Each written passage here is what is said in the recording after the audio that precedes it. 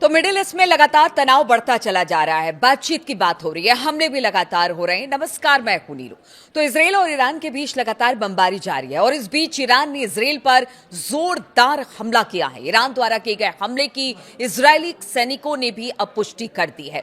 Iran की राजधानी यरूशलेम के ऊपर कम से कम 10 जगहों पर धमाके की आवाज सुनाई दी है और जो बड़ी खबरें हैं आज की वो हम आपको बता देते हैं। तो इजराइल की सुरक्षा बलों का कहना है कि उसका एयर डिफेंस सिस्टम ईरानी मिसाइलों का जवाब दे रहा है। फिलहाल यरूशलेम से सायरन की आवाज लगातार आ रही है। ईरान की सेना ने अमेरिका का MQ-9 रिपर ड्रोन भी गिरा दिया है। जी हां, इस्लामिक रिवोल्यूशनरी गार्ड को यानी IRGC ने मंगलवार को बताया कि ईरान की वायुसेना ने सेंट्रल ईरान के इस्फहान शहर के ऊपर अमेरिकी निर्मित MQ-9 रिपर लंबी दूरी के ड्रोन को मार गिराया है। सऊदी में भी ईरान ने ड्रोन दागा है, यानी लगातार ईरान अलग अलग जगहों पर हमले कर रहा है।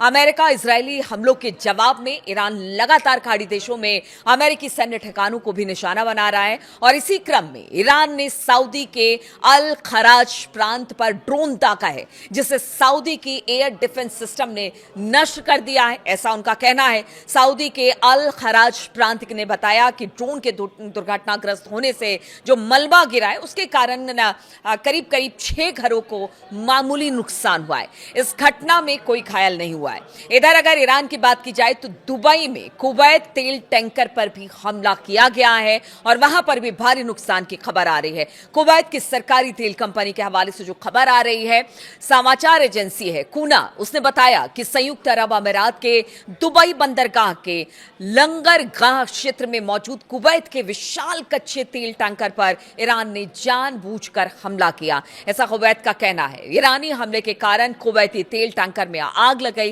हालांकि इस घटना में कोई घायल नहीं हुआ है। देखिए, ये ईरान लगातार हमला कर रहा है क्योंकि इन सब जगहों से इजराइल और अमेरिका भी उस पर लगातार वार कर रहा है और अब तो जो उसके न्यूक्लियर ठिकाने ईरान पर, उस पर हमला हुआ है वो आपको बाद में बताएंगे। लेकिन एक और खबर सामने आ रही है, 4 इजरायली सैनिकों की मौत हो गई है। जी हां, इजरायली रक्षा बलों यानी IDF ने मंगलवार को दक्षिणी लेबनान में अभियानों के दौरान 4 इजरायली सैनिकों की मौत की पुष्टि की है। IDF ने भी ये कहा है कि 3 सैनिक घायल हुए हैं।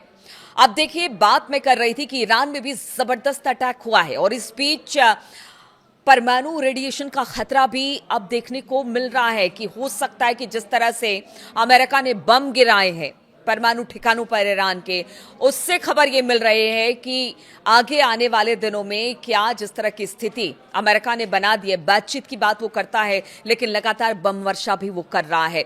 ईरानी मीडिया की रिपोर्टों के अनुसार बताया जा रहा है कि मंगलवार को तेहरान में विस्फोटों की आवाजें सुनी गई और राजधानी के कुछ हिस्सों में बिजली कुछ देर के लिए गुल हो गई। अमेरिका और इसराइल के हवाई हमलों के बाद ईरान के इस महान शहर में जबरदस्त धमाके हुए हैं। अमेरिकी राष्ट्रपति डोनाल्ड ट्रंप ने एक वीडियो शेयर किया जिसमें कई धमाके होते दिखाई दे रहे हैं, जिसके बाद रात को आसमान में एक नारंगी रंग की तेज रोशनी भी दिखाई दी है और उससे पूरा आकाश लाल हो गया है। हालांकि ट्रंप ने वीडियो के बारे में जानकारी नहीं दी है, लेकिन इसे ईरान के इस्फहान शहर का बताया जा रहा है।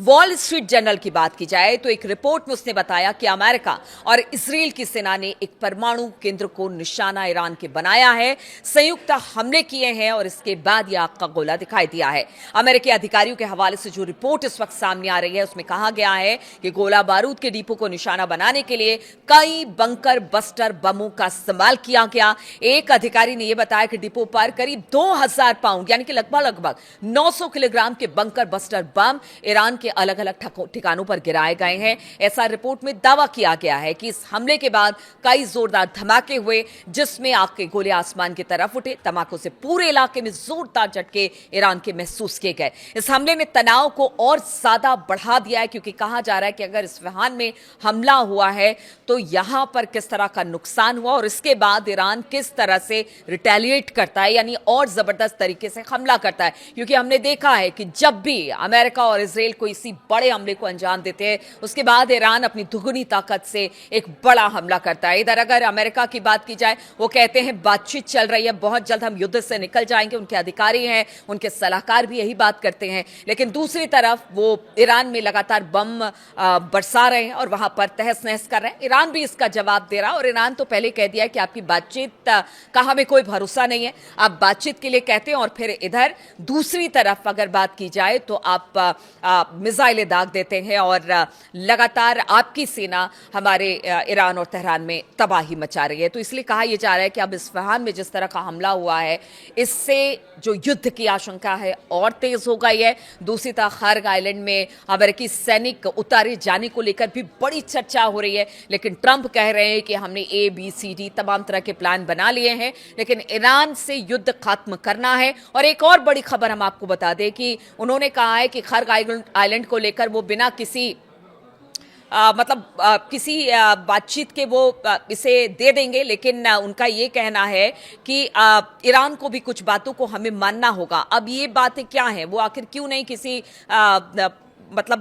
जो हॉर्मूज है उसको खुलवाने के लिए वो कह रहे हैं कि हम किसी भी अपनी तरफ से शर्त नहीं रखेंगे। आखिर ऐसा ट्रंप क्यों कह रहे हैं? क्यों आखिर जिस हॉर्मूज को लेने के लिए वो सैनिक उतार रहे थे और कह रहे थे कि वहां पर किसी भी हालत में ईरान को रास्ता खुलना पड़ेगा, अब बिना किसी शर्त के बातचीत को वो तैयार हो गए। आखिर इसके पीछे की क्या वजह है, ये भी अब ईरान भी इसे लेकर सोच रहा है कि क्या किसी बड़ी तैयारी में ट्रंप दिखाई दे रहे हैं, क्योंकि अब ट्रंप के सामने कोई चारा नहीं बचा है। दुनिया इस वक्त ग्लोबल क्राइसिस से गुजर रही है और इस ग्लोबल क्राइसिस का असर चाहे वो ईरान, अमेरिका और इजराइल पर नहीं हो रहा है, बल्कि पूरी दुनिया पर हो रहा है। हर जगह गैस और जो तेल है उसकी किल्लत हो रही है और इस गैस तेल की किल्लत की वजह से बाकी सामानों के दाम भी बढ़ रहे हैं। अब तो अमेरिका में भी आप सोचिए कि पेट्रोल 36% महंगा हो गया है। ऐसे में ट्रंप क्या करेंगे? क्या युद्ध को यहीं से समेटा जाएगा या युद्ध और भीषण होगा?